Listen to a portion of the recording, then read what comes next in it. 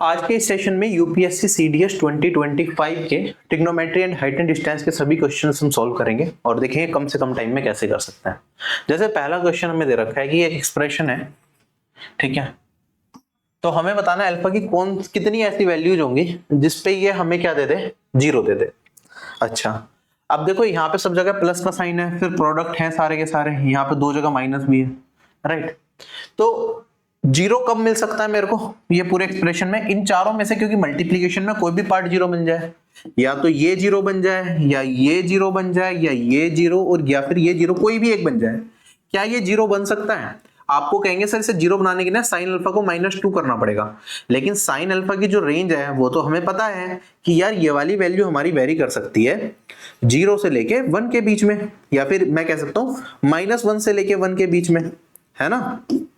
तो ये तो इस रेंज में -2 कभी नहीं हो सकती, तो ये जीरो नहीं बन सकता। क्या ये जीरो बन सकता है? -4 बनाना पड़ेगा इसके लिए, -4 पॉसिबल नहीं है। यहाँ पे प्लस का 2 बनाना पड़ेगा, वो भी पॉसिबल नहीं है, और यहाँ पे प्लस का 4 बनाना पड़ेगा, ये भी पॉसिबल नहीं है। ये सारी वैल्यू साइन की रेंज के बाहर है, तो कोई भी वैल्यू ऐसी पॉसिबल नहीं है जिसपे ये पूरा का पूरा एक्सप्रेशन जीरो बन पाए। क्या क्लियर हो गया कंसेप्ट? आगे बढ़ते हैं अगले सवाल पे। कहता है sine alpha plus cos alpha √2 है, तो हमें sine cube alpha minus cos cube alpha बता दो, वो भी इंटीजर वैल्यूज में। अब देखो एक इक्वेशन एक वेरिएबल, आप यहाँ पे कोई वैल्यू तो पुट नहीं कर सकते, आपको बेसिक से निकालना पड़ेगा, लेकिन आप थोड़ा दिमाग तो लगा सकते हैं ना यार, कौन सी वैल्यू पे ये √2 बनेगा। आपको पता है अगर अल्फा को मैं 45 कर दूं तो भाई साइन अल्फा 1/√2 होता है, कोस अल्फा भी 1/√2 होता है।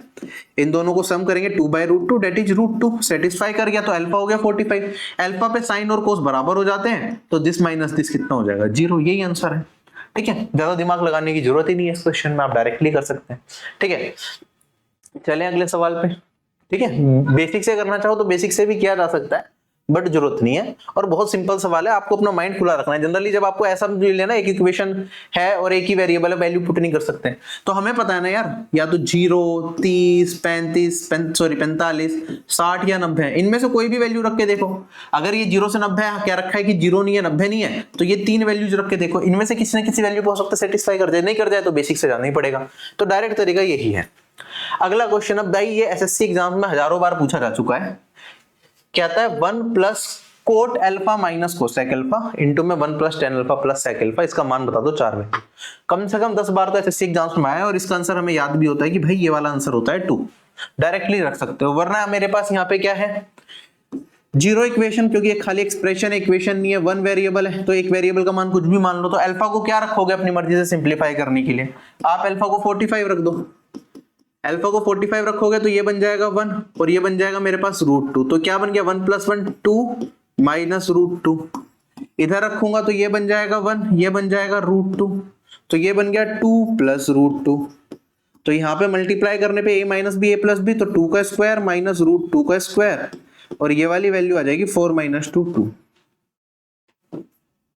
ये मेरा इस क्वेश्चन का, हमें x का मान बताना है वेयर x 0 से 90 30 के बीच में जाता है, और ये सेटिस्फाई करता है tan 3x और tan 6x = 1।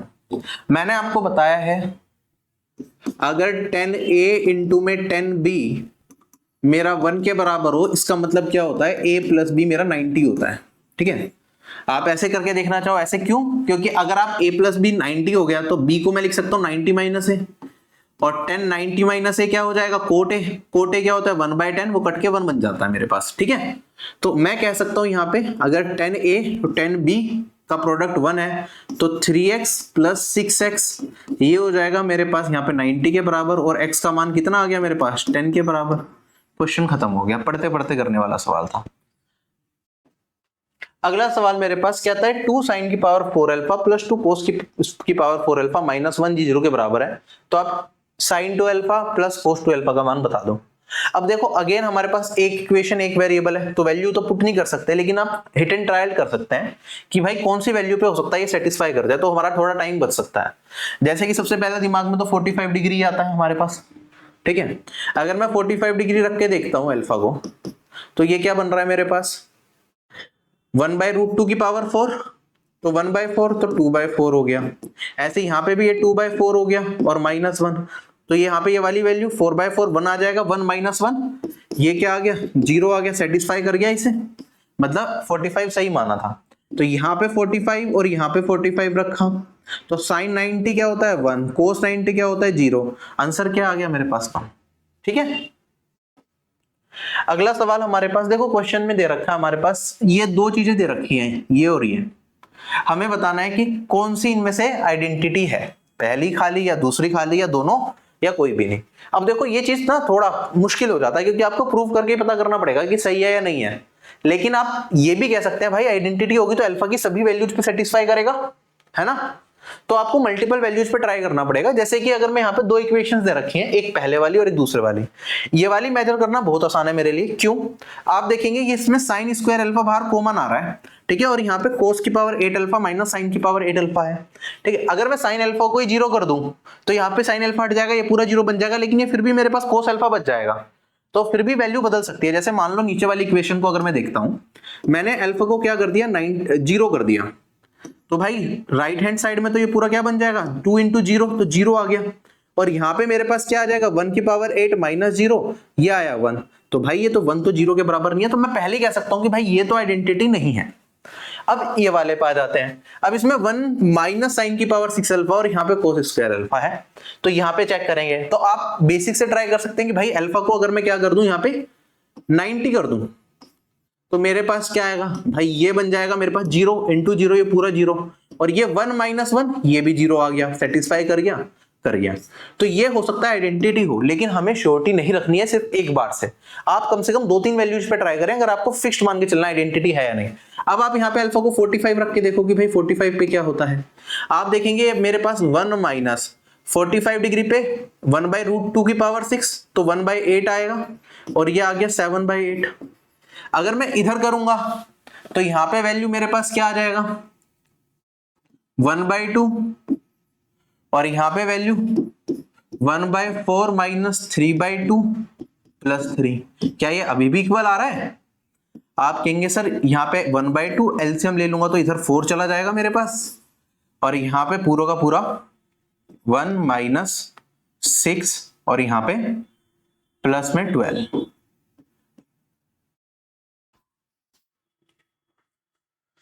ठीक है, 4 3 12, तो मेरे पास यहाँ पे 12 प्लस 1 13 माइनस 6 7 और बाय 8, अगेन 7/8 बन गया, तो फिर से ट्रू हो गया भाई। जब दो बार मिल जाए ना तो चांसेस बढ़ जाएंगे कि भाई हमारी पहले वाली हो सकता है आइडेंटिटी हो, दूसरे वाली नहीं है, तो ओनली 1 हम कर सकते हैं। आप हालांकि अभी भी हो सकता है आप एक और अगर टाइम मिल जाए एग्जाम में तो एक और वैल्यू पे ट्राई करके देख लो, ठीक हो सकता है एग्जामिनर ने ऐसे ऑप्शंस क्रिएट करे हो कि 2 वैल्यू पे सेटिस्फाई कर जाए, बाकी पे ना करे, और एटलीस्ट 2 पे तो चेक करना ही है, एक पे करके तो कभी भी मत छोड़ देना, ठीक है। और आपको बेसिक से करना है तो ये बेसिक से भी प्रूव की जा सकती है, कोई बड़ी चीज नहीं है, लेकिन एग्जाम टाइम में टाइम लग जाता है बेसिक से प्रूव करने में, इसलिए हम ज्यादा रिकमेंड नहीं करते उस चीज को। जैसे कि अगर आपको बेसिक से इसे करना होगा तो ये 1 की पावर 6 लिख सकता हूं, तो a की पावर 6 माइनस b की पावर 6, तो यहाँ पे 1 माइनस साइन स्क्वायर कॉमन आ जाएगा, फिर साइन की power 4 plus 1 plus sine square, ये बचेगा मेरे पास, इसे सिंप्लीफाई करके ये कोस स्क्वायर अल्फा हो जाएगा, इधर से इधर कट जाएगा। तो अभी ये वाला प्रूव करना है कि ये इसके बराबर आएगा या नहीं आएगा। फिर यहाँ पे साइन की पावर 4, हमें पता है साइन स्क्वायर क्या होता है 1 माइनस कोस स्क्वायर। जैसे ही आप इधर ये पुट करेंगे तो आपका ये वाला एक्सप्रेशन पूरा इसकी तरह बन जाना चाहिए सिंप्लीफाई करके, और आपका आंसर मैच कर जाएगा। मुश्किल नहीं है, लेकिन फिर भी आप इस तरीके से कर सकते हैं। जैसे अब ये वाला सवाल आ गया p equals to 1 upon cosec plus cot q equals to cosec, तो p स्क्वायर माइनस 2p का मान बताना है। अब हमारे पास क्या है भाई, एक इक्वेशन, दो इक्वेशन, कितने वेरिएबल है 3 वेरिएबल है। तो आप क्या कर सकते हैं, एक variable that is theta, theta का मान अपनी मर्जी से कुछ भी रख दो। थीटा का मान अगर अपनी मर्जी से कुछ भी रखना है तो मैं कहूंगा यहाँ पे यार थीटा को रख देते हैं हम यहाँ पे से 45 डिग्री, सबसे सिंपल वही होता है हमारे लिए। तो थीटा को अगर 45 डिग्री रखा, क्योंकि सारे आंसर भी हमारे इंटीजर मतलब वैल्यूज में है, तो डायरेक्टली हमें मान मिल जाना चाहिए। तो ये √2 प्लस 1 और ये वाली वैल्यू बन जाएगी √2। √2 प्लस 1 को रेशनलाइज करूंगा तो मेरे पास p का मान √2 माइनस 1 ही आता है, ठीक है, और नीचे √2 माइनस 1 ऊपर नीचे मल्टीप्लाई करके यहाँ पे √2 का होल स्क्वायर माइनस 1 स्क्वायर, हालांकि ये चीज पता होती है हमें, ठीक है। ये आ गया √2। तो अब मेरे पास यहाँ पे p, यहाँ पे p को कॉमन ले लिया तो मेरे पास p माइनस 2q आ गया, √2 -1 और यहाँ पे मेरे पास √2 -1 है और -2√2 है, तो मेरे पास माइनस को कॉमन ले सकता हूं और मेरे पास बचेगा वहां पे 1 + √2 या √2 + 1। आप देखेंगे यहाँ पे अब ये माइनस बाहर आ गया, √2 + 1 है और √2 -1 है, तो 2 - 1 बचेगा और आंसर आ जाएगा -1। ठीक है, इस तरीके से आप कर सकते हैं। अगर आपको वैल्यू पुटिंग नहीं करनी, बेसिक से जाना है पूरा का पूरा, तो बेसिक से भी जाया जा सकता है, सिंपल क्वेश्चन है। P अगर ये होता है cosec theta plus cot theta, अगर मैं यहां पे थोड़ा सा रेशनलाइज कर दूं, cosec minus cot, cosec minus cot, तो P का मान cosec theta minus cot theta divided cosec plus cot, cosec minus cot, तो cosec square minus cot square, और ये वाली वैल्यू तो हमें पता ही है, ये तो 1 होता है, तो ये आ गया कोसेक माइनस कोट। क्यों हमें कोसेक दे रखा है? अब p² - 2p क्यों है? अगेन p को कॉमन ले लिया, तो p - 2 क्यों? तो मेरे पास p है cosec theta minus coat -2 cosec theta, ठीक है, और यहां पे भी कोसेक माइनस कोट लिख दो। आप देखेंगे यहां पे मेरे पास क्या बचेगा, माइनस को 1 कॉमन आ जाएगा क्योंकि माइनस कोट माइनस कोसेक बचेगा, तो यहां पे मैं लिख सकता हूं कोसेक प्लस कोट, और यहां पे है कोसेक,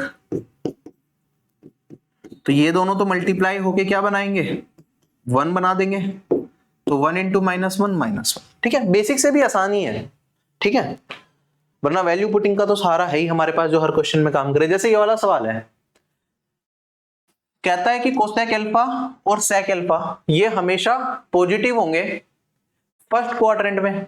भाई ऑब्वियस सी बात है, अगर आप फर्स्ट क्वाड्रेंट में लेके चल रहे हैं किसी चीज को, तो भाई कोसेक हमारा पॉजिटिव होता है हमेशा, सेक भी हमारा फर्स्ट क्वाड्रेंट के अंदर पॉजिटिव होता है, तो पॉजिटिव इंटू पॉजिटिव तो हमेशा पॉजिटिव रिजल्ट देगा ही देगा, तो ये इन दोनों का प्रोडक्ट हमेशा पॉजिटिव होगा फर्स्ट क्वाड्रेंट में, बिल्कुल ठीक है। tan अल्फा कोट अल्फा हमेशा नेगेटिव होंगे फर्स्ट क्वाड्रेंट में, ये गलत है भाई, tan भी पॉजिटिव होता है फर्स्ट क्वाड्रेंट में और कोट भी पॉजिटिव होता है, तो पॉजिटिव इंटू पॉजिटिव तो रिजल्ट पॉजिटिव ही देंगे, तो ये पहला सही है और दूसरा गलत है। अगला सवाल हमारे पास कहता है कि भाई ये दे रखा है, ये किसके बराबर है। अब यहाँ पे देखो एक एक्सप्रेशन है और यहाँ पे थीटा की फॉर्म में 4 ऑप्शन दे रखे हैं, तो आप यहाँ पे चाहें तो थीटा का मान कुछ भी रखें, 4 ऑप्शन से चेक कर लें, अपना आंसर निकाल सकते हैं, वो तरीका आप लोगों के पास अवेलेबल है, ठीक है। तो आप थीटा की वो मान रखेंगे जिसमें 2 ऑप्शन इक्वल ना बने, जैसे थीटा को 45 रखोगे तो दिक्कत हो जाएगी, क्योंकि हमारे पास ये क्या हो जाएगा, 2 ऑप्शन इक्वल आ जाएंगे, ठीक है। 45 के अलावा कुछ और वैल्यू आप ट्राई करना चाहो तो 30 रख सकते हो, 60 रख सकते हो, 0 या 90 रखोगे उसमें भी ऑप्शंस 2 सिमिलर आ सकते हैं, ठीक है। तो 30 या 60 रख लो, वरना बेसिक से भी कर सकते हो। जैसे यहाँ पे दे रखा है साइन, 1 - कोट है तो कोस बाय साइन हो गया, प्लस कोस, 1 - tan है तो साइन बाय कोस हो गया। आप यहाँ पे एलसीएम ले लेंगे तो साइन आ जाएगा नीचे, तो नीचे बचेगा साइन माइनस कोस और ऊपर साइन मल्टीप्लाई होकर साइन स्क्वायर। ऐसे इधर करेंगे तो कोस ऊपर चला जाएगा, कोस स्क्वायर, और यहाँ पे क्या आ जाएगा, कोस माइनस साइन। अब देखो यहाँ पे साइन माइनस कोस है, यहाँ पे कोस माइनस साइन है, सही करने के लिए क्या करें भाई, माइनस को बाहर ले लूं तो माइनस साइन माइनस कोस लिख सकता हूँ, यहाँ पे प्लस था, अब मेरे पास ये माइनस भी हटा के इधर ले जा सकता हूँ, ये आ गया sine square minus cos square divided by sine minus cos. अब ये तो आपको पता है sine plus cos sine minus cos, तो साइन माइनस कोट कर जाएगा, तो साइन प्लस कोस बचेगा। ये सारे क्वेश्चंस तो मैंने ट्रिग्नोमेट्री के आधे क्वेश्चंस तो ऐसा लग रहा है मैंने मॉक में भी ऑलरेडी आप लोगों के लिए डाले हुए हैं, ठीक है। तो आपको ये सारी चीजें पता होनी चाहिए, क्वेश्चंस इजीली हो जाने चाहिए इस टाइप के। अगला सवाल देखो, कहता है कि एक इक्वेशन दे रखी है, थीटा π/6 और π/2 के बीच में कहीं लाई कर रहा है, तो π/6 क्या होता है, 30 डिग्री, 30 डिग्री से बड़ा या उसके बराबर होगा, और यहाँ पे ये 90 के बीच में होगा। हमें बताना है कि sign theta plus cos 2 theta का मान क्या होगा। आप कहेंगे सर देखो इनके बीच में कौन सी वैल्यू होगी, आप कहेंगे सर थीटा 30, 45 या 60 पे हो सकता है सेटिस्फाई कर जाए, नहीं होगा तो बेसिक से पूरा क्वाड्रेटिक के सोल्व करके बनाना पड़ेगा। ठीक है, तो हम कैसे करेंगे यहाँ पे, आप यहाँ पे क्या करो, 45 रखोगे तो √3 रह जाएगा। ठीक है, ये रूट में एक वैल्यू रह जाएगी, बाकी हट जाएगा तो 45 तो नहीं हो पाएगा, वो 0 के बराबर कभी आएगा नहीं। अब बचा 30 या 60, 30 पे कोट √3 होता है तो 30 रख के देखते हैं। अगर ये √3 का स्क्वायर 3 माइनस ये √3 हो गया तो ये बन गया 9 और प्लस 6, क्या ये 0 आ रहा है? हाँ भाई 0 आ रहा है, सेटिस्फाई कर गया। तो ये 30 है। साइन 30 का मान कितना हो गया मेरे पास? 1/2। ये cos 60 का मान भी क्या होता है? 1/2। सम क्या आ गया? 1।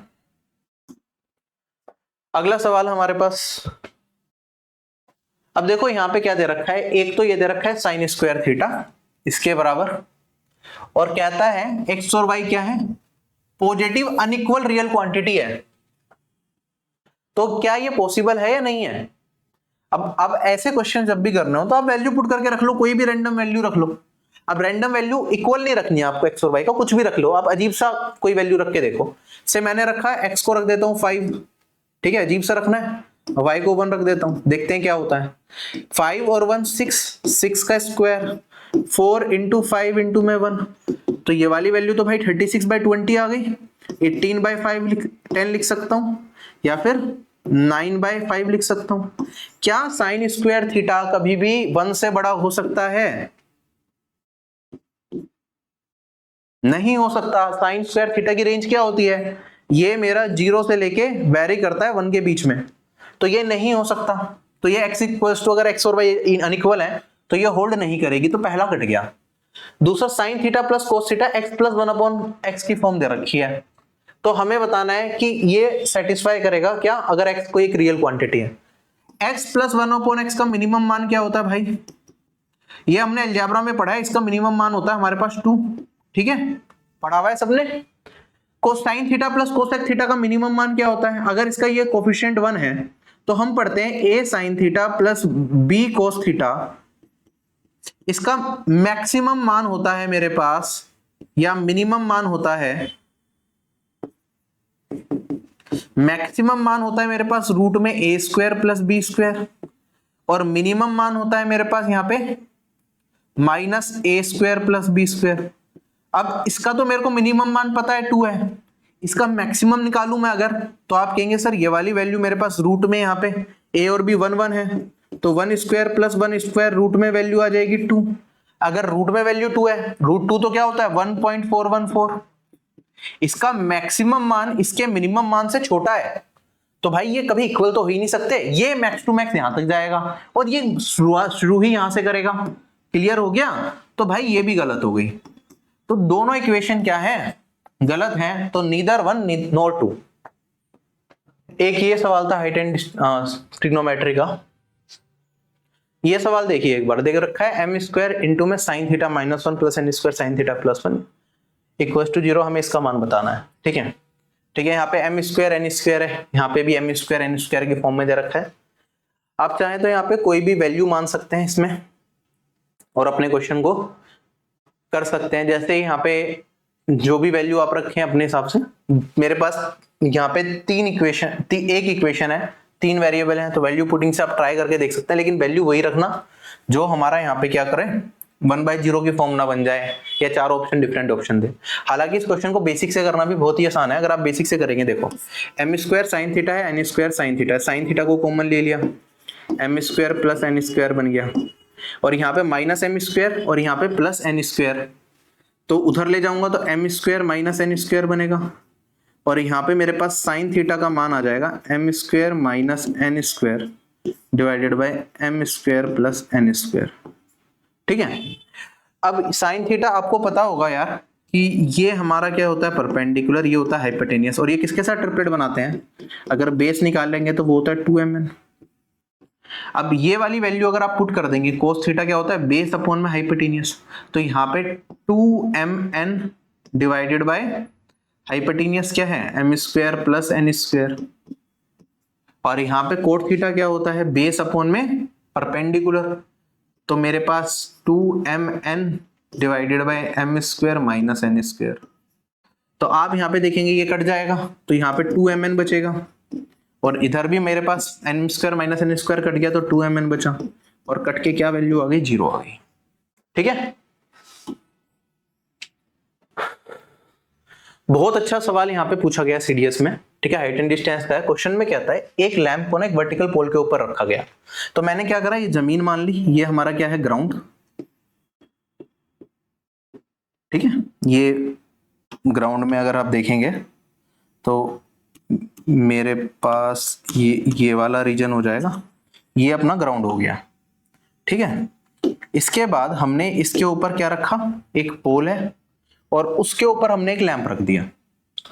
तो जो हाइट टॉप है ना लैंप का, इसकी हाइट ग्राउंड से ये दूरी हमें दे रखी है कितनी, 5√3/2। आगे कहता है जो पोल का बॉटम है उसकी जो दूरी है 2 एडजेसेंट वॉल से, वो 0.7 और 2.4 परपेंडिकुलरली दे रखी है। तो वॉल क्या होती है, मैंने क्यूबॉइड इसलिए बताया क्योंकि आपके घर का कमरा ऐसी होगा। आपके घर के कमरों के बीचों बीच अगर मैं कहीं भी घर के कमरे के अंदर एक पोल डाल दूं तो आपके पास दीवारें किस तरीके की होंगी। आप कहेंगे सर मेरे पास एक दीवार तो ये जा रही है ना, मान लो ये दीवार है मेरे पास घर की एक, और एक दीवार हो सकता है मेरी ये वाली हो, है ना, और ये बीचों बीच इसके अंदर जा रहा है कहीं। तो जो परपेंडिकुलर डिस्टेंस होगा, आप कहेंगे सर यहां से परपेंडिकुलर डिस्टेंस ये होगा वॉल का, और यहां से परपेंडिकुलर डिस्टेंस ये होगा। तो जो दो वॉल्स हैं उनका परपेंडिकुलर डिस्टेंस इस पोल के बॉटम से हमें दे रखा है 0.7 एक दे रखा है, और एक दे रखा है हमें 2.4।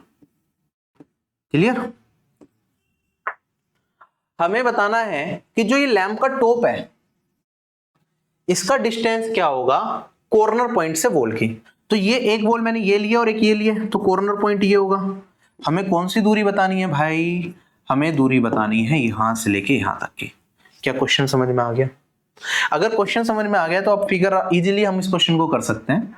आप कहेंगे सर देखो ये मेरे पास 0.7 है अगर परपेंडिकुलर डिस्टेंस, और ये अगर यहां से परपेंडिकुलर ले रहा हूं तो मतलब ये वाली दूरी मेरे पास कितनी आ रही होगी, 2.4 आ रही होगी। अगर मैं इस तरीके से देखूं तो क्या मैं ये वाली दूरी निकाल सकता हूं ग्राउंड पे? आप कहेंगे सर 2.4 और 7, 24 7 25 के साथ ट्रिपलेट बनाता है, तो ये वाली वैल्यू 2.5 हो जाएगी। और अगर मैं अब इस ट्राइंगल को देखूं, अगर नाम दे दूं ABC, तो आप देखेंगे ये भाई ये ऐसे जा रहा है मेरे पास, और ये एंगल 90 डिग्री का होगा, ये बेस है और ये हाइट जा रही है पूरी की पूरी। तो A, B और C ये 2.5 है, ये दूरी मेरे पास 5√3/2 है। तो हमें बताना ये वाला मान, 2.5 को 5/2 लिख सकते हैं। आप कहेंगे सर 5/2 को अगर कॉमन भी ले लूं तो 1 ये √3 रेशियो है, किसके साथ ट्रिपलेट बनाएंगे, 2 के साथ, तो ये दूरी हो जाएगी 2 × में 5/2, और काट के आंसर क्या बचेगा 5। तो 5 ही मेरा इस क्वेश्चन का आंसर होगा, option number B is correct. Clear है? वरना आप देख लेते 5 कॉमन आ रहा है दोनों में तो आंसर 5 का मल्टीपल होगा, 4 ऑप्शन में 5 का मल्टीपल एक ही ऑप्शन है। बहुत बढ़िया सवाल था, इसे कॉपी में नोट करके रखिएगा।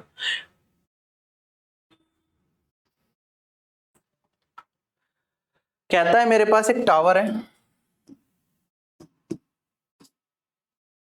ये 60 डिग्री का एक एंगल बनाता है एक पॉइंट ए पे जो कि इसके फुट के लेवल पे है। तो इसके फुट का अगर मैं लेवल ड्रॉ कर दूं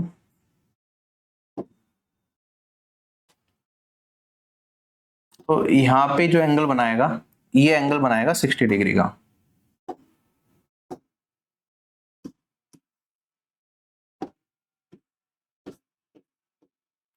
आगे कहता है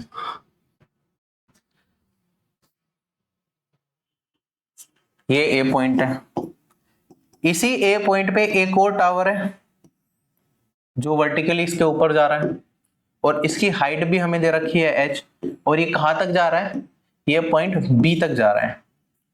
जो एंगल ऑफ डिप्रेशन है foot of the tower B से अगर निकालें तो ये 30 डिग्री है। तो अगर मैं यहां से ये वाली दूरी निकालूंगा तो ये कोण मेरे पास क्या हो गया 30 डिग्री का दे रखा है, सॉरी ये नहीं, एंगल ऑफ डिप्रेशन ये होता है, ये 30 डिग्री दे रखा है, तो इसका मतलब ये वाला कोण भी 30 डिग्री हो जाएगा। हमें बताना है कि इस टावर की हाइट क्या होगी। कैसे सोल्व करेंगे? आप कहेंगे सर ये h है, अगर मैं इस ट्राइंगल को देख लूं तो 30 डिग्री के केस में क्या होता है, परपेंडिकुलर अगर ये 1 रेशियो है तो ये √3 रेशियो, तो ये वाली दूरी h√3 हो जाएगी। अब मैं दूसरे ट्राइंगल को देख लेता हूं, अगर मैं इस ट्राइंगल को देख लूं यहाँ पे, तो आप कहेंगे 60 डिग्री के केस में जो इसके सामने वाली साइड होती है वो बेस का √3 टाइम्स होता है, तो ये h√3 इंटू √3, तो ये वाली वैल्यू 3h हो जाएगी और यही मेरा इस क्वेश्चन का आंसर भी आ जाएगा। क्लियर?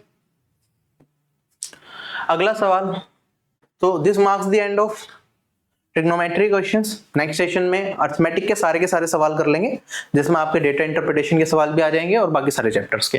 तो लगभग 29 के आसपास क्वेश्चन बचे हैं, जिसमें 2 लॉगरिथम के हैं, तो बचे 27 क्वेश्चन, वो अगले सेशन में हम कर लेंगे। आई होप आपको क्लासेस समझ आ रही हैं। सीजीएल के लिए भी ये सारी की सारी क्लासेस जो भी मैं आपको करा रहा हूँ, ये सारी की सारी इंपॉर्टेंट है, ठीक है, क्योंकि इस बार वेंडर चेंज है, तो चीजें आपको हर तरीके की पढ़ के जानी चाहिए, और क्वेश्चन ऐसे नहीं है जिनके कंसेप्ट आपको क्लासेस में नहीं करा रखे। तो एसएससी के लिए आपने तैयारी करी है तो ये क्वेश्चंस आपसे हो भी जाने चाहिए, थोड़ा सा टाइम ज्यादा लग सकता है बट हो जाएंगे, ठीक है। चलिए अभी आपसे हेल्प लेता हूँ। टेक केयर, जय हिंद।